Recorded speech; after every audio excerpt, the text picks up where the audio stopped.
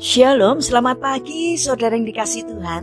Kiranya berkat, damai sejahtera dan sukacita dari Tuhan Yesus Kristus senantiasa menyertai saudara sekalian. Sebelum kita mendengarkan firman Tuhan dan renungan, marilah kita berdoa.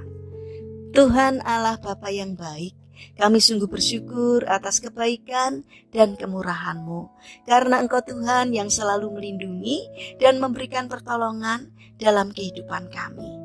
Jika saat ini kami akan mendengarkan sabda firman-Mu, kami memohon Tuhan mengurapi kami dengan Roh Kudus-Mu agar kami dapat mengerti dan memahami apa yang Tuhan sampaikan kepada kami.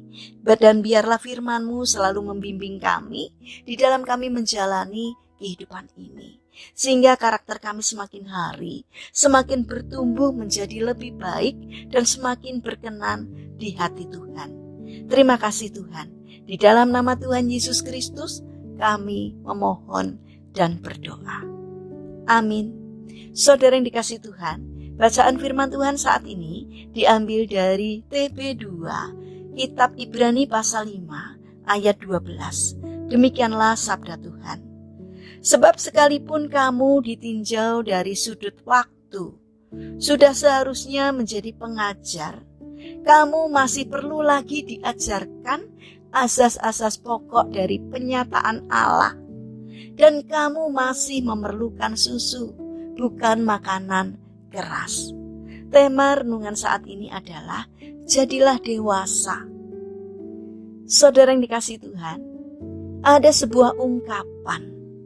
Menjadi tua itu pasti, menjadi dewasa itu pilihan. Ya, menjadi tua adalah hal yang pasti. Setiap detik yang kita lewati menunjukkan bahwa usia kita terus bertambah. Dari anak-anak menjadi pemuda-pemudi, dari pemuda-pemudi menjadi setengah baya, dari setengah baya menjadi tua. Tidak ada rekayasa apapun untuk menyetop penuaan. Penampilan mungkin bisa menipu, tapi kenyataan bahwa kita akan terus menua adalah sebuah kepastian. Saudara yang dikasihi Tuhan, walau tua adalah hal yang pasti, tapi menjadi dewasa adalah sebuah pilihan. Artinya, tidak semua orang yang menjadi tua otomatis menjadi dewasa. Menjadi tua adalah soal fisik. Menjadi dewasa adalah soal kematangan diri. Anak kecil bisa saja membuang sampah sembarangan, tapi begitu menjadi dewasa, ia harusnya bisa bertanggung jawab untuk membuang sampah pada tempatnya. Namun ada saja orang dewasa yang membuang sampah di sembarang tempat. Ini menunjukkan bahwa tua secara umur, tapi masih anak-anak di dalam bersikap. Saudara yang terkasih, bagaimanakah dengan kehidupan rohani kita?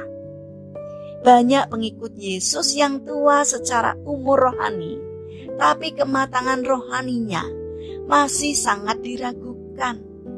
Sudah berpuluh-puluh tahun menjadi pengikut Yesus, tapi masih tidak juga mengalami kedewasaan rohani, tidak bertumbuh dan tidak berbuah.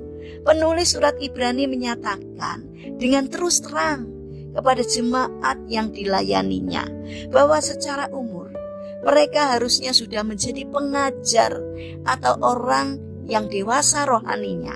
Namun nyatanya mereka masih saja jadi bayi-bayi rohani yang memerlukan susu. Mari kita renungkan sejenak. Berapa lama kita menjadi pengikut Yesus? Apakah kita bertambah dewasa secara rohani seiring umur kekristenan kita yang semakin bertambah? Jangan-jangan kita hanya tua secara usia rohani, tapi tingkat kedewasaan rohani kita jauh dari kata matang. Menjadi dewasa rohani itu pilihan. Tidak bisa terjadi secara otomatis. Kita perlu memilih untuk menjadi murid Kristus yang terus mau belajar firman Tuhan dan mau bertumbuh serta berbuah di dalamnya. Saudara yang terkasih, mari kita bergerak maju menuju kedewasaan rohani, agar iman kita semakin hari semakin bertumbuh dari hari ke hari, supaya ketika ada ujian atau pencobaan datang, iman kita masih tegak berdiri. Mari kita berdoa. Tuhan Yesus yang baik, tambahkanlah iman kami sehingga kami dapat bertumbuh secara rohani dengan hidup dekat kepadamu dan melaksanakan perintah-Mu. Bapa yang baik, saat ini kami mendoakan bagi mereka yang mengalami permasalahan dan kesulitan hidup. Kiranya Tuhan berkenan hadir untuk menolong mereka. Bagi mereka yang sakit, kiranya Tuhan memberkati setiap upaya yang mereka lakukan, sehingga mereka memperoleh kesembuhan karena pertolongan Tuhan.